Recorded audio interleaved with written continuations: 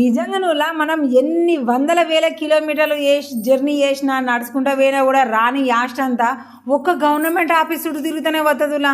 పొద్దుగాల 11 దాటిందిలా మేము government office దగ్గర పోయేసరికి బడి అనుకుంటున్నారా? కాదు కాదు, గవర్నమెంట్ ఆఫీస్లో వచ్చినాము, వెయిట్ చేస్తూ ఉన్నాము. గింత టైం అయినా ఒక ఆఫీసర్ రాలేదు, కనీసం దేనికోసం వచ్చిన వాళ్ళు అని అరుచుకునేటోళ్ళు కూడా లేరు. ఇక వాళ్ళు వచ్చేదాకా వెయిటింగ్లో ఉండి ఉండి ఎండకు గాబరై తిరిగి తిరిగి పే అంతా కూడా గాబర అయిపోతుంది. ఇక బుక్కెన్ నీళ్ళు తాగితే ఏమవుతుంది, ఇంకా కక్కత్తది కానీ పానం చక్కగా ఉండదు కదా. అందుకోసం మనం స్ప్రైట్ తీసుకొని మనిషికింతనైతే తాగుతున్నాం. నిజంగానే కదా నువ్వు, మీరే ఒక్కసారి ఆలోచించి చెప్పులి. గవర్నమెంట్ ఆఫీసులో చుట్టూ తిరిగి తిరిగి పానం ఖరాబ్ చేసుకునే వాళ్ళు అయితే ఎంతో మంది ఉంటారు కదా. నాకైతే తిక్కలేదు ఈ ఆఫీసర్ల దగ్గరికి రావాలంటే. కానీ ఏం చేద్దాములా, పోయిన పని కావాలంటే వీళ్ళ కోసం వెయిట్ చేయడానికైతే తప్పదు. అట్టని మనం జులుం చెలాయించేదైతే ఏం లేదు కదా. వాళ్ళు వచ్చేదాకా వెయిట్ చేయాలి, పని చేయించుకొని చక్కగా రావాలి.